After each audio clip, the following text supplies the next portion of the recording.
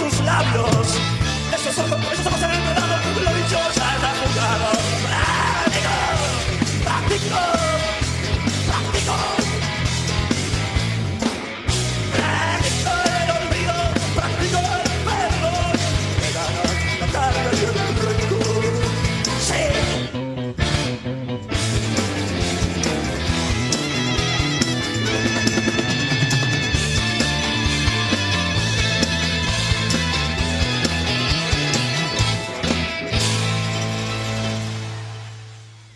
Hola, hola, ¿cómo están? Bienvenidos a Puro Cuento, un streaming de pura letra en el que hablamos, pensamos y discutimos a partir de la literatura y hasta donde nos lleven las palabras. Novelas, cuentos, poemas, también algo de cine, algo de música, pero sobre todo literatura. Somos principalmente lectores y de eso se trata Puro Cuento, de compartir lecturas. Bueno, hoy, como todos los programas, tenemos una palabra disparadora que es márgenes. Perdón, no los saludé. ¿Cómo están? ¿Cómo andás, Santiago? ¿Qué haces, Santiago? Bueno, nos Mauro, vimos no antes sé. de entrar, debe ser por eso. Nos vivimos Debe ser por saludando. ¿Cómo hace tanto que estamos juntos y Prácticamente una familia. Exactamente. Bueno, no, hoy decía que tenemos una palabra disparadora, como siempre, en este caso es márgenes, y tiene que ver con pensar la literatura en relación con justamente esto, ¿no? El margen. ¿Qué es? ¿O en qué pensamos cuando pensamos los márgenes en relación con la literatura? Yo pensaba, una primera cuestión podría ser pensar en escritores marginales o marginados, ¿no? Borrachos, drogadictos, una vida al margen de la sociedad. Pero también algo que me parecía más interesante todavía es hablar de escrituras marginales. En este sentido, hay una especie como de subgénero que es la marginalia, ¿no? Esa especie como de anotación o de comentario al margen de un texto que constituye un subgénero. Pienso en el gran poeta del romanticismo inglés, Samuel Taylor Coleridge. Después te lo dejo para que lo pronuncies vos. El experto en Sí. inglés. Que prácticamente el 80% de su obra fue la edición de sus anotaciones al margen de las lecturas que iba haciendo. En este sentido, toda anotación al margen, todo comentario al margen, supone la figura del lector, que es la figura en la que nos apoyamos nosotros en este programa. Y también por oposición al centro o al canon, pensábamos, márgenes como un tema interesante, ¿no?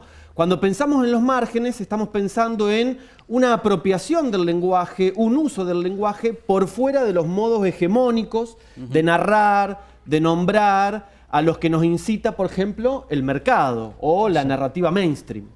Y también esto de la literatura al margen en su circuito literario, ¿no? Todo lo que es editoriales independientes, todo lo que está al margen del mercado grande, digamos, ¿no? Institucionalizado. Por oposición a la centralidad. Exacto. Exacto, o al canon. De todo eso de enfoque que vos estás dando, siempre supone que hay algo que ocupa el centro. El centro a la hora de producir, el centro a la hora de pensar, y que hay otros que se mueven más por fuera de esa De lo centralidad. institucionalizado. Claro. Exacto. Sí, podríamos hablar también de personajes marginales en la literatura. Me parece que también abundan, pero creo que no es lo que nos vamos a ocupar hoy, ¿no? No, más que nada creo que por donde lo encaramos es de traer de alguna manera escrituras marginales y vidas marginales de escritores, ¿sí? No, y una pregunta más agregaría. ¿Hacer literatura es moverse en la marginalidad? ¿Es un acto marginal? ¿Es un acto marginal? Puede ¿El ser. escritor es una persona marginal? Bueno, no sé, no siempre, ¿no? Pero sí supone una dedicación y una cuestión de oficio, esto de el trabajo solitario, en silencio y demás, que me parece que se mueve hoy por cierta marginalidad de lo que es la cultura actual, el ruido contemporáneo, no sé. La compulsión al entretenimiento, por ejemplo. El uso del entretenimiento del lenguaje, o digamos, el uso entretenedor del lenguaje. Crear historias interesantes, crear personajes atrapantes todo el tiempo. En ese sentido reivindico como una escritura marginal, digamos, una escritura que todo el tiempo se pregunte cuál es el borde del uso hegemónico del lenguaje. Hoy tenemos un programa con muchas visitas y presencias, porque vamos a arrancar con una entrevista, pero antes de eso, antes de saludar a nuestro entrevistado de hoy, que es un gran amigo, escritor tucumano, a quien ya vamos a saludar, tenemos que mencionar que nos están visitando los chicos y las chicas de cuarto año de la Escuela 25 de Mayo de la ciudad de Rafaela. Sí. Nirvana tiene una canción que se llama Huele a espíritu adolescente, ¿no? Y acá Mirá. también, mira, de acá los vemos. Está lleno de chicos. Pueden saludar a la Pueden cámara. saludar, aplaudir, gritar. Che, hoy tenemos que hablar bien, ¿eh? Tenemos que hablar bien en forma correcta. Ya nos metieron presión porque estuvieron también visitando otras producciones, otros programas y dijeron que lo pasaron muy bien, que estuvieron muy entretenidos, así que bueno, tenemos que estar a la altura. Esperemos. Bueno, vamos a sumar entonces como una voz a este tema que hoy traemos a un escritor de la ciudad de Tucumán, de la ciudad de Tucumán, que tiene para, me parece, aportar en torno a cómo desde un proyecto editorial se puede pensar y reivindicar la figura de aquellos escritores que han estado en la marginalidad. Y también creo una visión interesante en cómo la distribución y la circulación del libro también puede encontrar en estos espacios más marginales un lugar donde moverse. Lo vamos a saludar a Daniel Ocaranza. Daniel, ¿cómo te va? Buenas tardes. Gracias por comunicarte un ratito con nosotros. ¿Qué tal? ¿Cómo les va? Muy buenas tardes. El gusto es mío. Ya muchas gracias a ustedes por haberme invitado. Un placer poder charlar nuevamente. Daniel, si te pidiéramos que en muy pocos minutos nos pudieras contar la labor que desde la editorial que coordinan junto con Zaida Kasaf, Falta Envido Ediciones, han realizado en torno a la figura de Eduardo Perrone, el escritor maldito de Tucumán. ¿Qué nos podrías contar? Yo creo que la tarea que se propuso Falta Envido en torno a lo que es Perrone, la figura de Perrone, pero sobre todo, y antes que nada, la obra de Perrone, es la recuperación y puesta en valor. Desde nuestro punto de vista, que consideramos que si hay una decisión política, obviamente, en el medio, sentíamos la necesidad de que Perrone sea insertado de una forma contundente dentro del canon de la provincia. Que ese escritor marginal, como ustedes decían, que es Eduardo del Bubi Perrone, ese escritor maldito también, pase a integrar la fila de lo canónico acá, y además que se empieza a leer masivamente. Perrone era un autor que era muy difícil de conseguir, que había poca accesibilidad a sus textos, entonces por eso digo, era una cuestión de recuperación de la obra y también de puesta en valor. Por ahí nosotros consideramos que esa era nuestra principal función con él particularmente. ¿Por qué Perrone es un escritor marginal? Contanos un poquito, muy breve de su historia. Muy breve, lo más breve que se puede la historia de Perrone. Perrone, un tipo común, nace en 1940, alrededor del 69, siendo muy joven él, junto a un grupo de amigos, se le fabrica desde la policía una causa por violación en grupo, lo cual lo lleva a Perrone. Perrone en ese momento era comerciante, vendía cosas de comercio. Lo lleva a él a estar detenido en distintas cárceles y en la unidad mayor de detención acá, que es la cárcel de Villa Urquiza, por un periodo de prácticamente 3 años. A lo largo de esos 3 años, que es de donde va a salir la primera obra de Eduardo Perrone, que es Preso Común, Eduardo Perrone empieza a recabar toda esa información, la empieza a volcar. En un momento, cuando él está detenido, consigue que le empiecen a dar permiso extramuros, y cuando él sale, él por motus propio empieza a investigar y a averiguar qué era lo que había pasado y cómo se había tramado esta causa para perjudicarlo tanto a él como a sus amigos. Hasta que Perrone termina consiguiendo las pruebas, lo que lleva a que después, en el año 72, él sea puesto en libertad. Cuando Perrone es puesto en libertad, con el manuscrito bajo el brazo, viaja a Buenos Aires, creyendo que tiene la gran obra, empieza a vagar y vagar, intentando que algún editor la lea. Trabajaba mientras tanto, obviamente, como vendedor ambulante en los subs, en las canchas, hasta que Divinsky, en Ediciones de la Flor, lee Preso Común, le gusta Preso Común, y publica la obra. La obra se vuelve un éxito, una gran ayuda que tiene Perrone va a ser el que después termina siendo su amigo, que es Soriano, y lleva a que la primera edición, por ejemplo, de Preso Común, estamos hablando de una edición de 30.000 ejemplares, se vendan los primeros días. Mirá. Eso lo posiciona a él en un lugar dentro de la bohemia porteña, él termina siendo amigo de Soriano, Jorge Asís, en un momento es pareja en ese momento de auge, es pareja de Aida Bornik, la escritora de la historia oficial. En un momento, después él publica Visita Francesa y Completo, y cuando la AAA comienza con las amenazas a Aida Bornik, ella le propone a Perrone irse, marchar a España, y la respuesta de Perrone es: imagínate que yo no me encuentro en Buenos Aires, menos me voy a encontrar en España. Él vuelve a Tucumán, ella se exilia. Cuando él vuelve a Tucumán... Ahí lo reciben con todos los laureles seguramente, y Perrone se convierte en una figura muy destacada de la centralidad cultural tucumana. Obviamente no. Había publicado antes de volver a Tucumán su tercer libro, porque está Preso Común, después Visita Francesa y Completo, y después Día de Reír, Día de Llorar. Él vuelve a Tucumán y entra prácticamente en las sombras. Él también, uno de los motivos por el que vuelve es su mamá, que era como su ancla al mundo de alguna manera. Perrone nunca vuelve a recuperar el esplendor que tuvo con Preso Común. Él después publica su cuarta novela, y después, cuando muere su mamá, Perrone no solo pierde el lazo más afectivo y terrenal que tenía, sino que también pierde dónde vivir, de alguna manera, y empieza a vagar por las calles, lo que hace que Perrone en un momento termine viviendo en un vagón de tren que había abandonado acá en Tucumán, muy cerca del microcentro, estamos hablando de, no sé, 4 cuadras. Claro, y ahí ahí se encamina hacia sí, su final, que es muy trágico también, ¿no?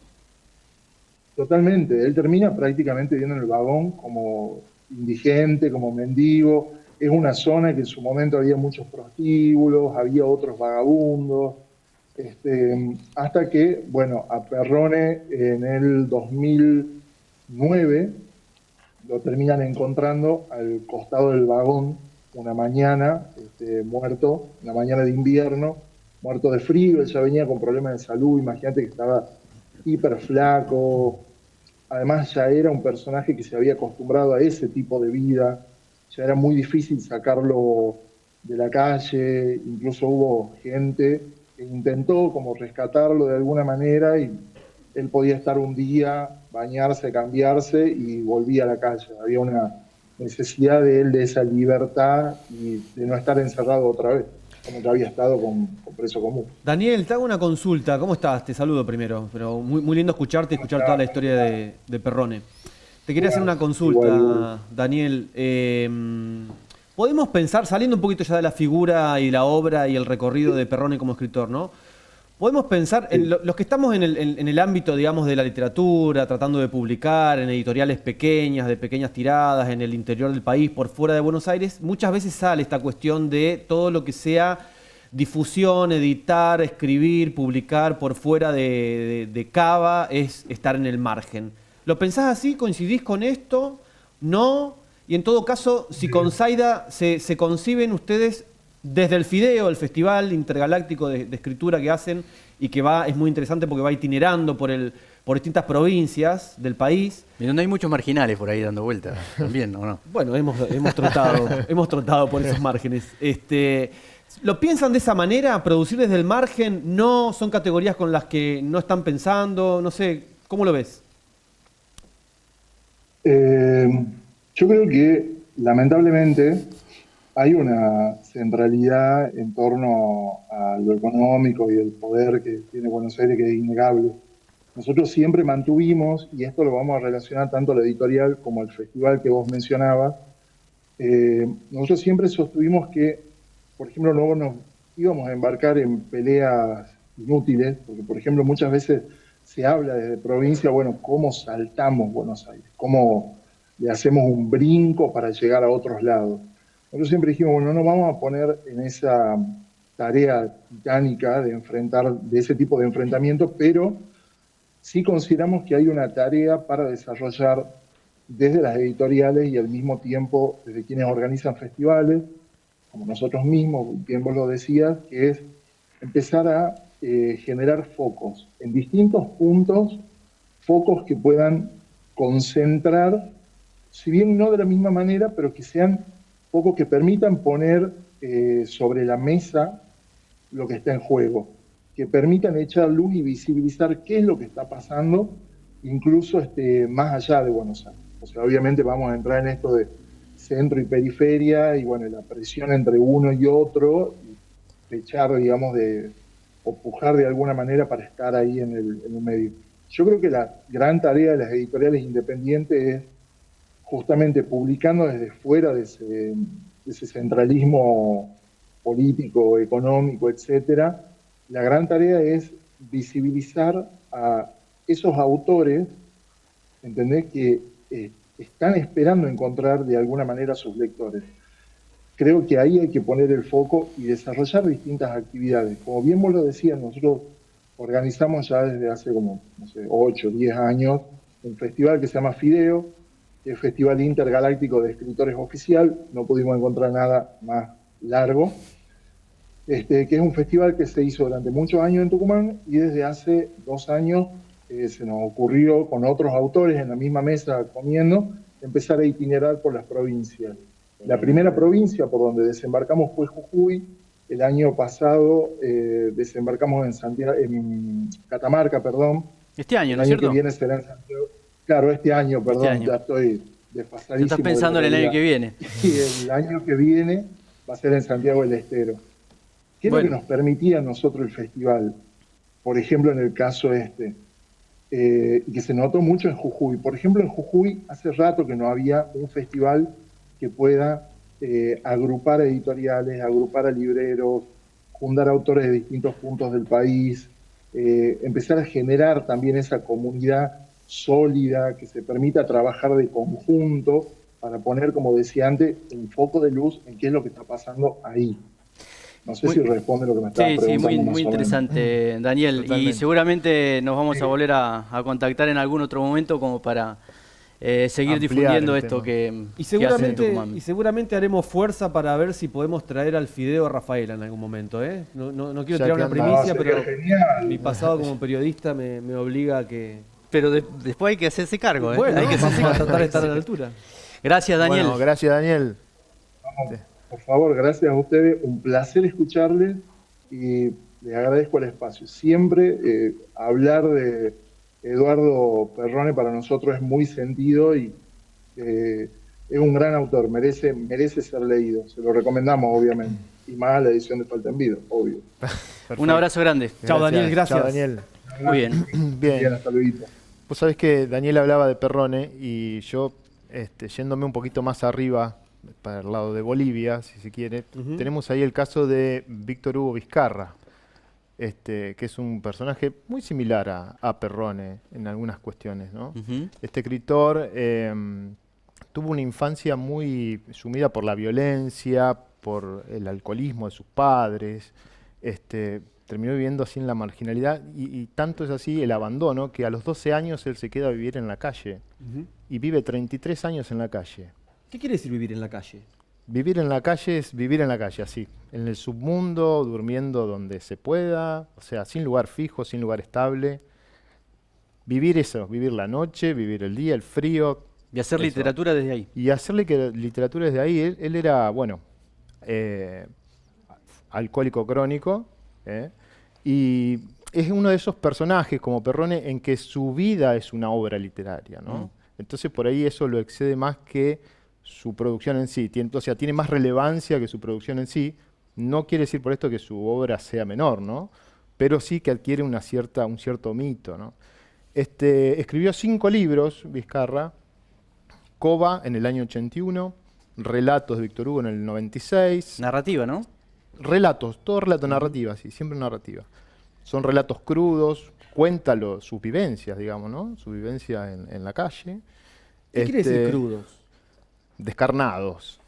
Por ejemplo, ¿qué entra dentro de esa crudeza? ¿De qué habla? ¿Qué Todo. narra? Habla de la noche, de las mujeres y la noche, del alcohol, de las peleas, de la mafia, de todo ese mundo siempre dentro de la ilegalidad, si se quiere. Claro, que, ¿no? o que se maneja con Que sus se maneja propias leyes. ¿Vale? Con sus propias leyes, ¿no? Ujú. Bueno, muere en el 2006, producto de una cirrosis fulminante a los 49 años, también muere muy joven. Y si tengo un tiempito, te digo una última frasecita que dijo en su última entrevista. Dice así, lo voy a leer. El mío es un trabajo contraliterario. Hay muchos que se sienten ofendidos con mi literatura. Con mi libro Borracho estaba, pero me acuerdo, que es su obra más famosa, ¿no? He tenido 3 juicios por difamación, pero como no tengo un lugar fijo donde vivir, no pasó nada. Además, todos los que me homenajean son unos hipócritas que viven en la porquería. El Apocalipsis dice que vendrá con el juicio final y habrá gente que se irá al infierno por sus actos, pero yo digo, me da igual porque he vivido toda mi vida en un infierno.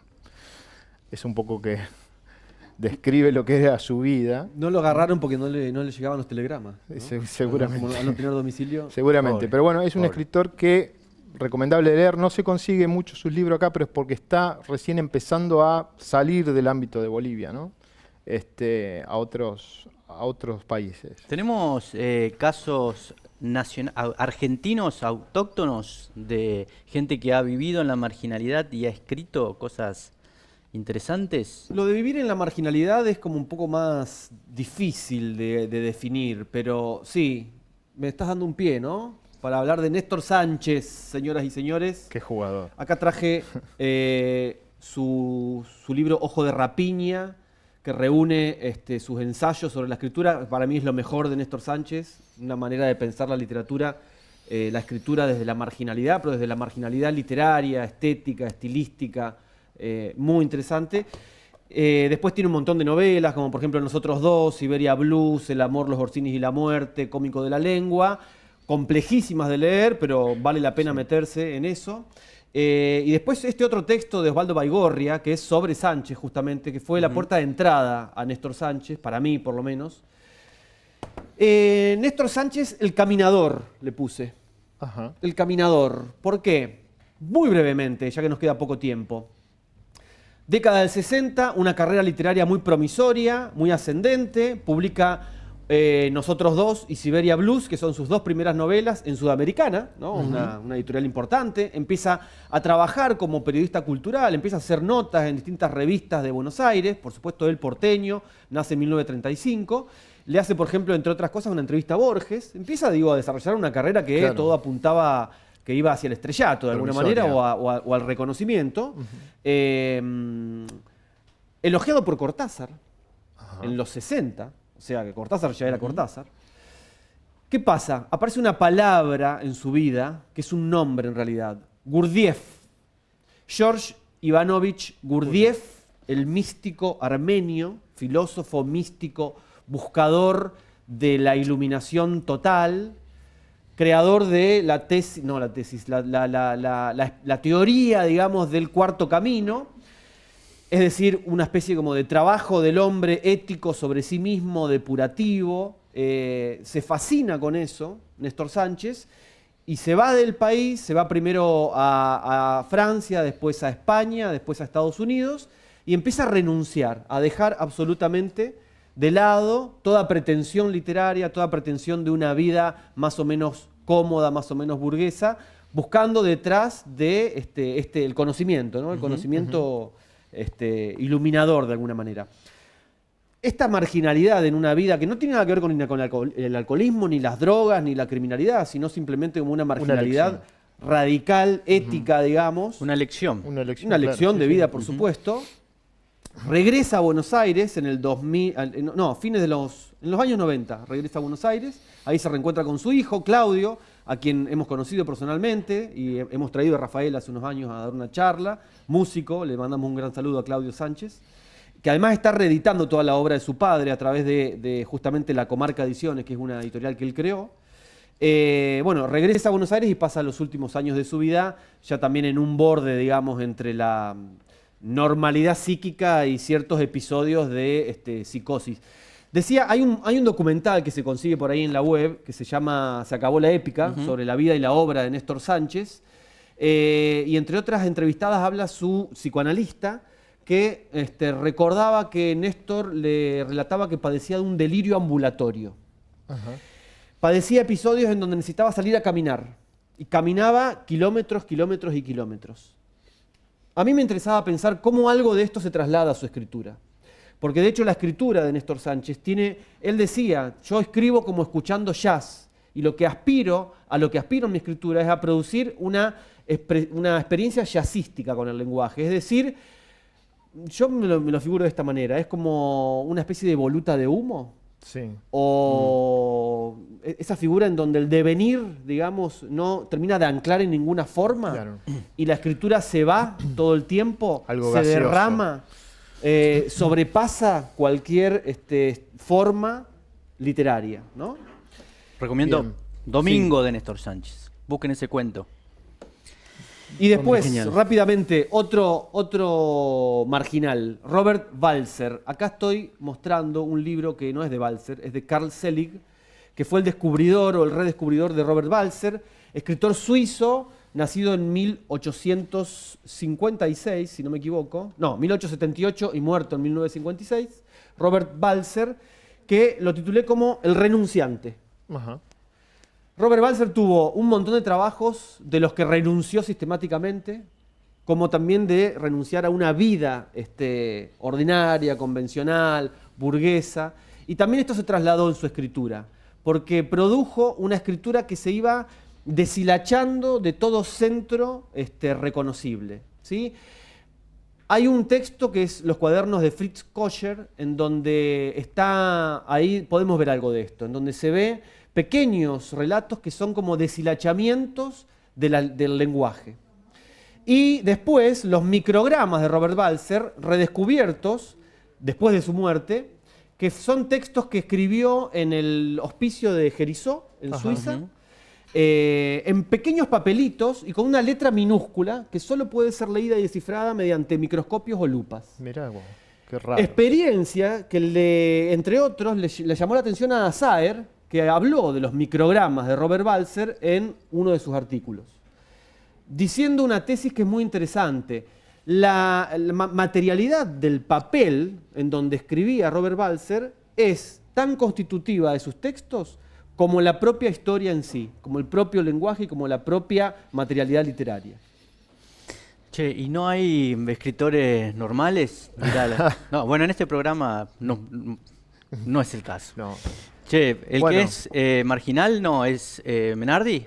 Nos vamos con canciones basadas. Vamos a ver qué nos trae Ale. ¿Sabías que una de las canciones más violentas de Nirvana está basada en una novela sobre un asesino que no tenía olor? En 1985, Patrick Süskind publica El perfume. Su protagonista, Jean-Baptiste Grenouille, es un personaje condenado a vivir al margen desde que nace. Tiene un olfato extraordinario, puede reconocer y recordar prácticamente cualquier olor, pero hay algo bastante perturbador. Él mismo no huele a nada. Grenouille termina trabajando como aprendiz de perfumista y desarrolla una obsesión que es la de capturar y conservar el aroma perfecto. Y para conseguirlo empieza a asesinar mujeres. Ahora bien, ¿qué tiene que ver esto con Nirvana? Kurt Cobain estaba obsesionado con el perfume. Contó que había leído la novela unas 10 veces y que volvía permanentemente a ella. Y cuando Nirvana graba In Utero, convirtió directamente la historia de Grenouille en una canción, Scentless Apretins. Su letra habla de un bebé que nace sin olor, del rechazo de las nodrizas y del aprendizaje del mundo de los perfumes. Hasta el título lo delata, El aprendiz sin olor. Patrick Süskind creó uno de los marginales más perturbadoras de la literatura y Kurt Cobain lo hizo sonar así.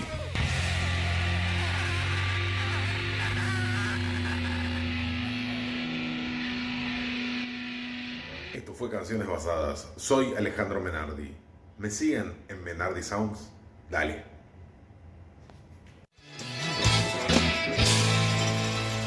Buenísimo, Alejandro. Gracias, Alejandro. Y nos vamos, no sin antes mencionar que tenemos activo el club de lectura de Mauro. El Club de Y- Lectura de Pura Letra todos los jueves de 19 a 20:30 Las inscripciones son en la librería. Así que ya saben.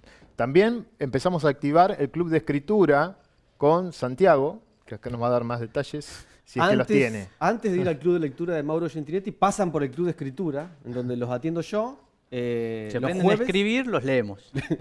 los jueves de 5 a 6:30 de la tarde. Empezamos en septiembre, digamos, si hay sol. Y acá nos vemos el próximo viernes. Con estas notas al margen. Gracias. Nos vemos. Chau, chau. marchan tus labios, esos ojos en el verano